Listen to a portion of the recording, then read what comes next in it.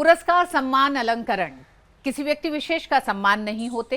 वो सम्मान होते हैं उस लोकतंत्र का जिसमें विकास से जुड़ने और सभी को जोड़ने का सपना अगर कोई देखे तो उसे पूरा कर सके। पद्म पुरस्कार एक ऐसी ही पहचान है जिसमें शामिल हैं समाज के सभी वर्ग के वो लोग जिन्होंने अपनी चुनौतियों को पीछे छोड़ समाज को बदलने का बीड़ा उठाया। हमारे पद्म के इस कार्यक्रम में आप सभी का स्वागत है। मैं हूं ऋतु वर्मा। हम आपको मिलवाएंगे आज देश के नायक और नायिकाओं से।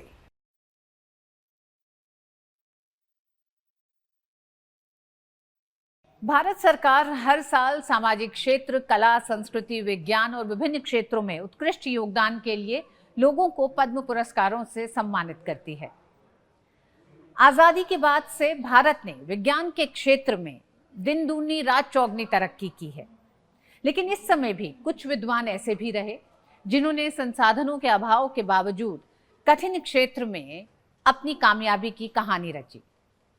डॉक्टर राधाचरण गुप्ता को भारत के गणितीय इतिहास में उत्कृष्ट योगदान के लिए पद्म पुरस्कार से सम्मानित किया गया।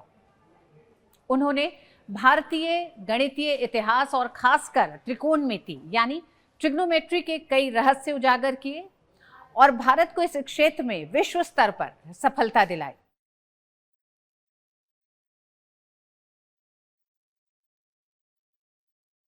आर्यभट्ट से लेकर रामानुज तक महान गणितज्ञों की कर्मभूमि भारत में झांसी के डॉक्टर राधाचरण गुप्ता एक ऐसे गणितज्ञ हैं जिन्होंने भारतीय गणितीय इतिहास और वैदिक साहित्य में छिपे उन गणित के रहस्यों को उजागर किया जो भुला दिए गए। विशेषकर त्रिकोणमिति में उनका योगदान अमूल्य है। 87 वर्षीय डॉक्टर राधाचरण गुप्त के नाम 500 से अधिक शोध पत्र और सैकड़ों किताबें हैं। वे इंडियन मैथमेटिकल सोसाइटी के पहले प्रतिनिधि रहे।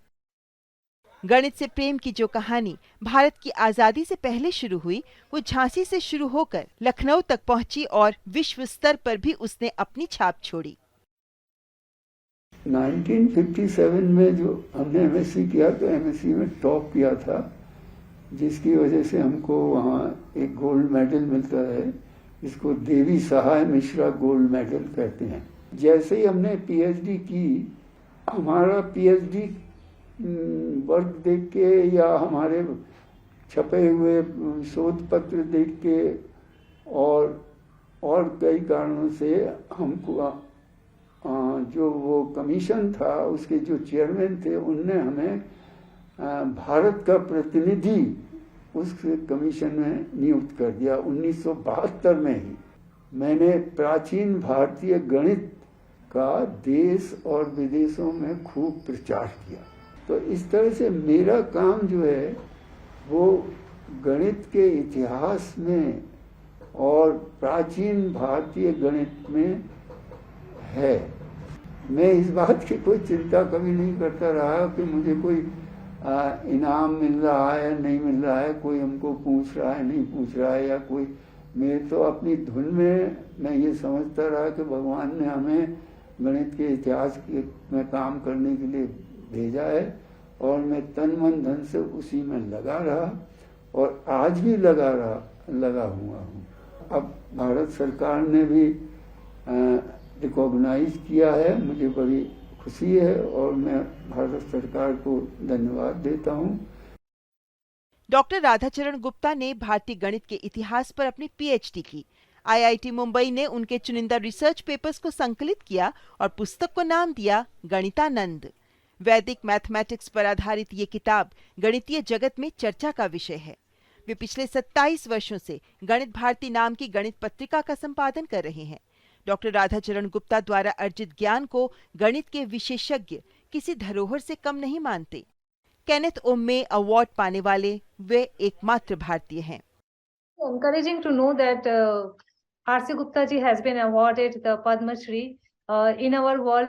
I came to know about R.C. Gupta from my supervisor, Professor Amartya Kumar Datta, and who also works in history of mathematics. All the scholars refer to him as Ganitananda. Professor R.C. Gupta ji has been awarded the Kenneth O. May Prize, one of the highest recognition in history of mathematics, which was awarded to him in 2010 by the Indian Mathematical Union. We wish him all the best and congratulate him for getting the Padma Shri award.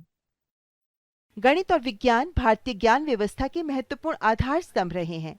काल की गणना, विशिष्ट इमारतों का निर्माण, उपग्रहों का प्रक्षेपण, ब्रह्मांड पर शोध गणित के बिना संभव नहीं है। डॉक्टर राधाचरण गुप्ता जैसे विद्वान भारत के गणितीय इतिहास में न केवल योगदान दे रहे हैं, बल्कि इसे आम जन से जोड़ने के लिए सार्थक प्रयास भी कर रहे हैं। राधाचरण गुप्ता को पद्मश्री पुरस्कार के लिए हार्दिक बधाई।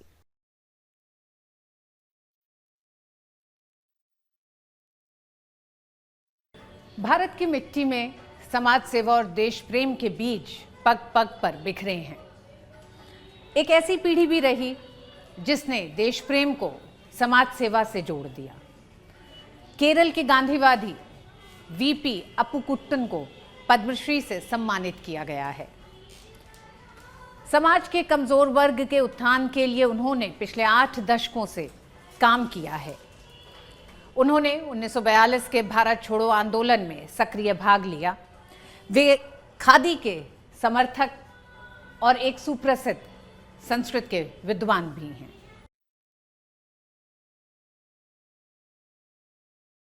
सबका साथ, सबका विकास कुछ लोगों के लिए ये केवल नारा नहीं, बल्कि जीवन जीने का मंत्र है। ऐसे ही समाज सेवी हैं 99 साल के स्वतंत्रता सेनानी श्री वीपी अप्पुकुट्टन। केरल के पयन्नूर में रहने वाले अप्पुकुट्टन कन्नूर में आजादी के बाद से ही विकास से पिछड़े और समाज से कटे वर्गों को विकास की मुख्य धारा में शामिल करने के लिए प्रयासरत हैं। आजादी की लड़ाई में भारत छोड़ो आंदोलन के दौरान उन्होंने अपनी ओजस्वी वाणी से अंग्रेजों के खिलाफ एक चेतना की लहर पैदा की और बदलाव लाने की जिद आजादी के बाद भी कायम रही। उन्होंने कन्नूर और कोझिकोड में अनुसूचित जाति जनजाति समुदाय के बच्चों को आगे बढ़ाने के लिए कई महत्वपूर्ण कार्यक्रम चलाए। अपने कार्यों के लिए वे कहलाते हैं कन्नूर के गांधी। ഉപ്പ് സത്യാഗ്രഹ ജാഥ വന്നു പോകുമ്പോൾ ജാഥ കാണാൻ പോയി. അടുത്ത് അന്ന് ഞങ്ങളുടെ തറവാട് വീട്ടിലെ ഏതാണ്ട് ഒരു ഫർലങ് അകലെയാണ് ആ റോഡ് റെയിൽവേ സ്റ്റേഷനിലേക്ക്. ഗാന്ധിജിക്ക് ജയ്, ഭാരത് മാതാ കി ജയ്, ഈ വിളികളാണ് പ്രധാനമായി. ഇടയ്ക്കിടയ്ക്ക് മുദ്രാവാക്യം വിളിക്കുക, ഇടയ്ക്കിടയ്ക്ക് പാട്ട് പാടുക. വരിക വരിക സഹചരേ, സഹന സമര സമയമായി, കരളുറച്ചു കൈകൾ കോർത്തു കാൽനടയ്ക്കു പോക നാം. ഉപ്പു നാം കുറുക്കിടുമ്പോൾ ആരു വന്നെതിർക്കലും സ്വൽപ്പവും കൊടുത്തിടാതെ കോപിയാതെ നിൽക്കണം. അപ്പോൾ അതിനെ തുടർന്ന് വേറെ ബന്ധുക്കൾ പലരും അറസ്റ്റിലായി. അപ്പോൾ ഹൈസ്കൂൾ കഴിഞ്ഞ് നിൽക്കുന്ന എനിക്കും ആവേശം വന്നു. പിന്നെ ആരോടും ചോദിക്കാതെ ഞാനും വളണ്ടിയർ ക്യാമ്പിൽ പോയി ഒരു അംഗമായി രജിസ്റ്റർ ചെയ്തു. അപ്പോൾ ഇങ്ങനെ ഒരു ചുരുങ്ങിയ ജയിൽ ജീവിതം. അത് കഴിഞ്ഞ് വിദ്യാർത്ഥികളുടെ ഇടയിൽ ഗ്രാമങ്ങളിലൊക്കെ പോലീസൊന്നും അധികമില്ല. ഈ 1-2 യോഗങ്ങളിൽ പ്രസംഗിച്ചതും പിന്നെ മാതൃഭൂമിക്ക് റിപ്പോർട്ടൊക്കെ അയക്കുക. ഞാൻ മാതൃഭൂമി കറസ്പോണ്ടൻ്റ് കൂടിയായിരുന്നു ആ സമയത്ത്. അപ്പോൾ അതൊക്കെ അവർക്ക് എന്നോട് എൻ്റെ പേരിൽ ചാർജുകൾ ഉണ്ടായിരുന്നു. പക്ഷേ എല്ലാവരും ഒന്നിച്ച് അറസ്റ്റ് ചെയ്ത് ഒന്നിച്ച് തന്നെ വിട്ടയക്കുകയും ചെയ്തു. एक जाने माने संस्कृत विद्वान श्री वीपी अप्पुकुट्टन एक गांधीवादी विचारक हैं। समाज के पिछड़े वर्गों के उत्थान के लिए पिछले 8 दशकों से तन मन धन से जुटे हैं। खादी के प्रचार प्रसार में भी उन्होंने महत्वपूर्ण भूमिका निभाई। भूदान अभियान में भी बढ़ चढ़कर हिस्सा लिया। वे गांधी स्मारक निधि, भारतीय संस्कृत प्रचार सभा से भी लंबे समय तक जुड़े रहे। केरल के गांधीवादी आदरणीय श्री वीपी अप्पुकुट्ट पुदवाल जी को, जो कन्नूर के गांधी के नाम से प्रसिद्ध हैं, पद्मश्री पुरस्कार से सम्मानित किया गया है, जो देश को गौरवान्वित करता है। मैं जब भी गांधी कथा सुनाती हूँ तो देश के विभिन्न भागों में जाने का अवसर मिलता है, और उस समय भी बहुत सारे लोग जो इस प्रकार से गांधी जी के विचारों के लिए समर्पित है, जिन्होंने उनके कहने के अनुसार ही जीवन जिया है, उनके बारे में उदाहरण देती हूँ। तो अब से मुझे एक बहुत सुंदर संयोग मिल गया है कि मैं पुदवाल जी का भी पूरा अनुभव लोगों को सुनाऊं। श्री वीपी अप्पुकुट्टन पोतुवाल को पद्मश्री पुरस्कार की हार्दिक बधाई।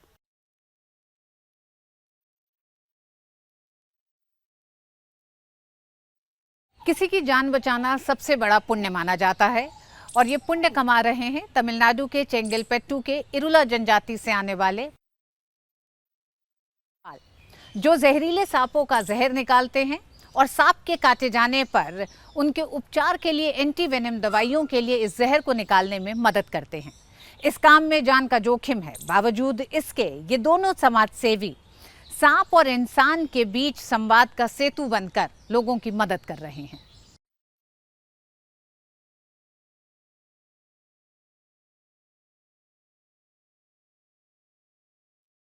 जोखिम भरे पारंपरिक काम को मनोरंजन के लिए नहीं बल्कि लोगों की समस्या को दूर करने के लिए जारी रखने वाले लोगों में शामिल हैं तमिलनाडु के चेंगलपट्टू के इरुला जनजाति के मासी सडायन और वडिवेल गोपाल, जो बचपन से ही सांप पकड़ते आए हैं। वे अपने काम में इतने माहिर हैं कि दुनिया भर में सांप पकड़ने का अपना कौशल दिखा चुके हैं और लोगों को इसकी ट्रेनिंग भी दे रहे हैं। எங்களுக்கு வந்து இந்த அப்பா அம்மா காலத்துலேருந்து எங்களுக்கு பாம்பு பிடிக்கிற தொழில் தான் இது. எங்கள் அப்பா அம்மா அந்த நாளில் எப்படி பிடிச்சாங்களோ அதேமாரி நாங்களும் அவங்க கூட ஒரு விளையாட்டு பசங்க மாரி போயிட்டு நாங்களும் அந்த பாம்பு பிடிச்சோம். பிடிச்சி அதேமாரி கற்றுக்கின்னு வந்தோம். கற்றுக்கின்னு வந்துருக்கு சொல்ல தான் ரோம்லஸ் விட்டாக்கார் ஒருத்தர் இருக்கிறார். அவர் என்ன பண்ணார், இந்த வெளிநாட்டில் இருந்துட்டு அவர் விவசாயம் எடுக்கிறத பார்த்துட்டு இந்த இருளர் மக்களை ஒன்றா சேர்த்து வெளிச்சத்துக்கு கொண்டுன்னு வருவோம் அப்படின்னு சொன்னார். சொல்லி ஒரு ஒரு 60 பேருக்கு சேர்த்தார். 60 பேருக்கு சேர்த்து 360 பேருக்கு சேர்த்து என்ன பண்ணார், முதல்ல பண்ண வச்சார் அவர். இப்போ நாங்கள் என்ன கேட்குறோன்னாக்கா, எங்களுக்கு ஒரு வேலை வாய்ப்பு கேட்குறோம். எங்கள் 2 பேருக்கும் வேலை வாய்ப்பு கேட்குறோம்.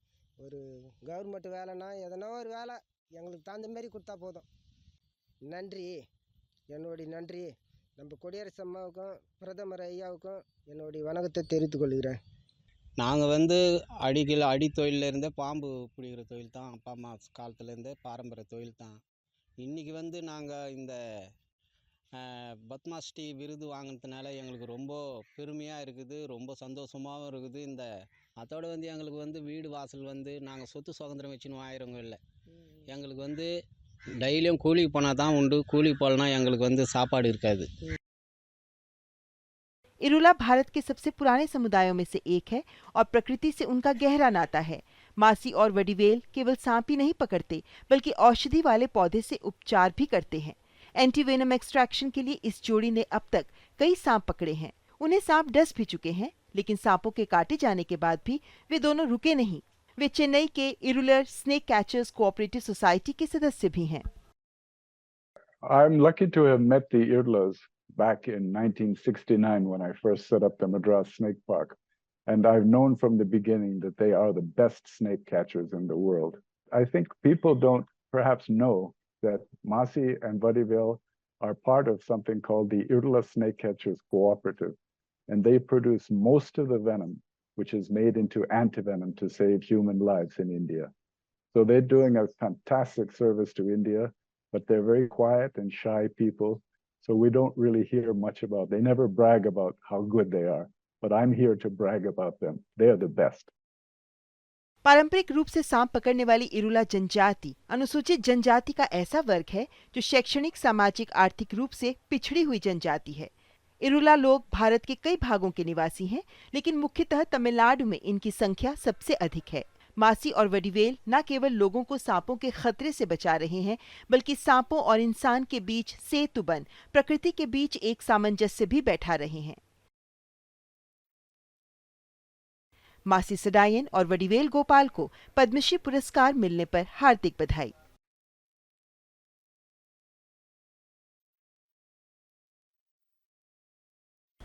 जब समावेशी समाज का सपना हम देखते हैं तो कतार में खड़े अंतिम व्यक्ति तक इस विकास की बयार के पहुंचने का विश्वास होना चाहिए। अच्छी बात यह है कि इस विश्वास को सही साबित कर रही हैं। समाज के इसी क्षेत्र से जुड़े तमाम समाज सेवी, जिनका अपना जीवन भी चुनौतियों से भरा रहा, लेकिन उन्होंने बीड़ा उठाया समाज के उत्थान का। गुजरात के गिर के जंगलों के सिद्धी समुदाय से आने वाली हीराबाई इब्राहिम, जो कि न पढ़े लिखे होने के बावजूद भी उन्होंने आदिवासी महिलाओं को आत्मनिर्भर बनाया है और समाज में उनके इस उत्कृष्ट योगदान के लिए उन्हें पद्मश्री सम्मान से सम्मानित किया गया।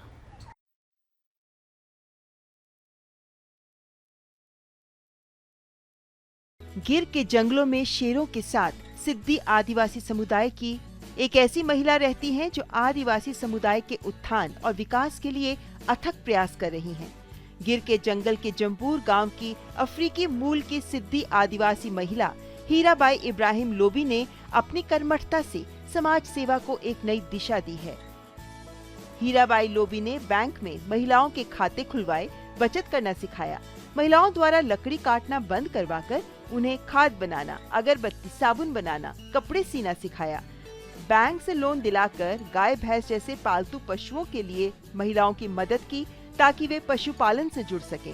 यही नहीं, सिद्धी समुदाय के बच्चों को बुनियादी शिक्षा प्रदान करने की महान भावना के साथ कई बाल विद्यालय, आंगनवाड़ियां शुरू की। हीराबाई के इन प्रयासों से जम्बूर की महिलाएं किराना दुकान, सिलाई आदि कर अपने पैरों पर खड़ी हो रही हैं। पुरस्कार से मिली धनराशि को भी उन्होंने गांव के विकास में ही लगा दिया। रेडियो में थी विचार आया, मंडल का विचार तो मैंने बहुत था कि भाई गरीब बनाना चाहिए, बेनु काम करा है। आरोग्य में कोई ने टीपा की मालूम ज नथी, कोई वस्तु की मालूम नहीं। ई जंगल काप्यू जયારે ई बेनु से एक बेन ने 15 दी में 5000 मिला तो मेरे सपने में ई आया कि मैं जंगल वाव्यू नहीं पण एटलू जंगल बच गયું। પછી 15 બેનો થયું ત્યારે મારું સપનું એક જ છે, અત્યાર સુધી મને એક જ છે, जंगल में वावी नहीं हगी पण जंगल में बसा लेता है। दूसरा कोई की दुकान नहीं है, मेरा समाज की दुकान, बकाला वाला तो मेरा गांव का, जी पानी वाला तो मेरा गांव का, खरे खरे लड़ से मोदी भाई ना मेरी पास 4-5 हजार जेटली महिला है। तो अफसोस हुआ कि मोदी साहब ने जूनागढ़ में तो मेरा ध्यान रखा है पर हे दिल्ली पुग गया, यहाँ होती मेरा ध्यान रखा है। ती मोदी साहब ने तो હું ખૂબ ખૂબ આભાર માનું કે અત્યાર સુધી મને સહેલું ખૂટવા ના દીધું, મરતું કુથી મને કામ આવીએ એટલું મને મોદી સાહેબે દઈ દીધું। તો મોદી સાહેબ દિલ્હીમાં બેઠા, ન્યાય મોદી સાહેબે મારું ધ્યાન રાખ્યું। એ બધીનો આભાર ને હું લાખ લાખ શુકર માનું કે અમારે સોટા એવું ગામ હે, ગામડું હે, એમાંથી કિશનમાંથી મોદી સાહેબે એનો એ હીરો ગયો તો મને એથી મોદી સાહેબ પણ જોઈએ હું બીજું મને ગોતી એ પાર્ટીનો એનો ખૂબ ખૂબ આભાર। हीराबाई कभी स्कूल नहीं गई। रेडियो पर सुन सुनकर उन्होंने जरूरी ज्ञान हासिल किया, चाहे महिलाओं से जुड़ी विकास योजनाएं हो या फिर जैविक खाद बनाना। बचपन में ही माता पिता का साया सर से उठ गया, लेकिन आज वे हजारों महिलाओं की मां बनकर उन्हें जीने की राह दिखा रही हैं। मैंने हीराबाई का तस्वीर देखा और वो पद्मा पुरस्कार स्वीकार करने का चित्र भी देखा और मुझे बहुत अच्छा लगा। एक है उनका एजुकेशन नहीं है लेकिन कितने लोग सिद्धी लोगों को एजुकेशन दे रहे हैं, और एक महिला को इतना आसान नहीं है और उधर पैसा नहीं है, मदद नहीं है, ऐसे लोगों को हम सलाम करते हैं। पूर्वी अफ्रीकी मूल के सिद्धी समुदाय को इस्लामिक शासकों द्वारा गुलाम बनाकर भारत लाया गया था। शुरुआती संदर्भ 11वीं ईस्वी का मिलता है। बाद में 14 से 17वीं सदी में नवाबों और सुल्तानों द्वारा इन्हें सैनिक या गुलाम बनाकर लाया जाता रहा। गुजरात के सिद्धी समुदाय को भारत सरकार द्वारा अनुसूचित जनजाति की सूची में शामिल किया गया है। हीराबाई लोबी जैसी महिलाएं इस बात की सशक्त मिसाल हैं कि एक महिला ठान ले तो कोई ताकत उसे आगे बढ़ने से रोक नहीं सकती। हीराबाई लोबी को पद्मश्री पुरस्कार के लिए हार्दिक बधाई।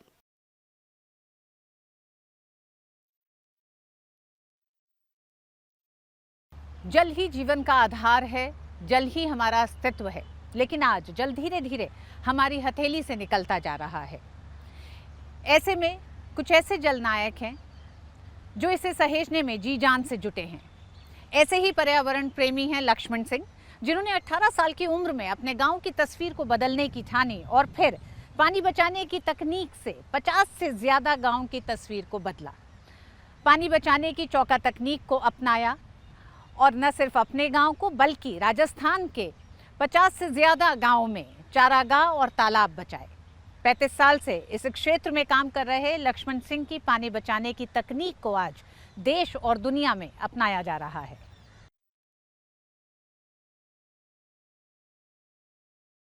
रहीमन पानी राखिए, बिन पानी सब सून। इन शब्दों का अर्थ अपने ही नहीं औरों के भी जीवन में उतार देने वाले राजस्थान के गांव लोपाड़िया के समाज सेवी लक्ष्मण सिंह जल क्रांति के नायक हैं। लक्ष्मण सिंह ने पानी बचाने की चौका तकनीक और इसके लिए छेड़ी गई मुहिम से 50 से ज्यादा गांवों की तस्वीर बदल दी। तालाबों का पुनरुद्धार किया, चारागाहों को भी बचाया, खुद श्रमदान भी किया। लक्ष्मण सिंह 18 साल की उम्र से ही जल संरक्षण के लिए काम कर रहे हैं। उन्होंने गांव-गांव, शहर-शहर जाकर चौका तकनीक और जल संरक्षण के बारे में लोगों को जागरूक किया। गांव के कई युवकों को साथ जोड़कर ग्राम विकास नव युवक समितियों का भी गठन किया। वे प्राकृतिक संसाधन प्रबंधन को ग्रामीण समुदायों के हाथों में वापस ला रहे हैं। पीढ़ी दर पीढ़ी दिया जाने वाला जल संरक्षण का स्थानीय ज्ञान आत्मसात कर लोकतांत्रिक जल प्रबंधन के स्वदेशी ब्लूप्रिंट को लागू करने के लिए राजस्थान के 80 से अधिक गांवों में युवाओं को प्रशिक्षित करने पर ध्यान केंद्रित कर रहे हैं। 40 बरस पहले हमारा इलाका जो है इसको लोकल शब्दों में काठेड़ा बोलते हैं, यानी कि ज़मीन काठी है और जब पानी गिरता है तो पानी चलने लगता है और रिचार्ज 3% ही होता है। हमें तालाब बनाना है इस एरिया में, चौका सिस्टम एक डिज़ाइन हमने निकाली कि पानी रुके बारिश का और वो बारिश का पानी ज़मीन में उतरे और जब ज़मीन में पानी उतरेगा तो वो कुओं में उतरेगा और ज़मीन पानीदार बनेगी जिससे हरियाली ऊपर आएगी। हमारे इलाके में हरियाली बड़ी गजब की है क्योंकि हमने चौका सिस्टम किया है और चौका सिस्टम छोटे छोटे स्ट्रक्चर हैं तो बरसात का पानी रोकता है। हमारे यहाँ गरीबी मिट चुकी है, यहाँ पानी की कोई कमी नहीं है, हमारे काम के लायक पानी है, हमारे काम के लायक ज़मीन उपजाऊ है। जब ये पद्मश्री का सूचना हमें मिली तो हमें ये महसूस हुआ कि वास्तव में कोई अच्छे काम के लिए भारत सरकार किसी के लिए सोचती है, पहचान के लिए सोचती है और मुझे एक अच्छी पहचान मिली। हमको जब पद्मश्री मिला तो लोगों के दिमाग में आया है कि पानी का काम और मिट्टी का काम और पर्यावरण का काम ज़रूर करना चाहिए, इससे ज़िंदगी चलती है। पूरे भारत को पानीदार और पर्यावरणदार बनाना है हमें, ये हमारी जिम्मेदारी आ चुकी है और हम इसको करेंगे। चौका तकनीक में बरसात का पानी जहां गिरता है वहीं एकत्रित होता है। इसमें लंबे ढलान को छोटे छोटे ढलानों में बांटने से पानी बहने की रफ्तार इतनी कम हो जाती है कि जमीन का कटाव नहीं होता। इससे पानी का बहाव रुककर जमीन में ही भरता जाता है। साथ ही घास, झाड़ियां और पेड़ पौधों को फिर से उगाने में मदद मिलती है। लक्ष्मण सिंह जी लंबे समय से जल संरक्षण के काम में जुटे हैं। उन्होंने अपने लापोड़िया गांव को पानीदार बनाया, फिर नदी पर तरुण भारत संघ के साथ मिलकर यहाँ बहुत काम किया। उनका जीवन का बड़ा हिस्सा पानी के बड़े काम करने में लगा। उसका परिणाम है कि वो टोंक जिले में, अजमेर जिले में और कई जिलों में, गांव-गांव में, चित्तौड़गढ़ में, भीलवाड़ा में, गांव-गांव में उन्होंने पानी के काम किए। उन पानी के कामों से उनका जो इलाका था वो पानीदार बनने की दिशा में आगे बढ़ा। इसलिए लक्ष्मण सिंह जी का काम जल संरक्षण की दिशा से बहुत अच्छा काम है। उनको पद्मश्री मिली, एक बार फिर उनको बधाई। आज से दशकों पहले लोपाड़िया समेत राजस्थान के अनेक गांवों में जल स्तर नीचे जाने से लोगों को कुएं और बावड़ियों में जान जोखिम में डालकर नीचे तक उतरना पड़ता था और इसका असर खेती पर भी पड़ रहा था। लक्ष्मण सिंह ने न केवल चौका तकनीक से जल स्तर को ऊपर लाने में मदद की, बल्कि शिक्षा के क्षेत्र में भी उत्कृष्ट कार्य किया। कई गांवों में स्कूल खुलवाए। आज लक्ष्मण सिंह के प्रयासों से राजस्थान के गांव-गांव में अनगिनत चेहरों पर मुस्कान खिली है। बच्चियों के हाथों में पानी के घड़े नहीं, किताबें हैं। जल संरक्षक लक्ष्मण सिंह को पद्मश्री पुरस्कार के लिए हार्दिक बधाई।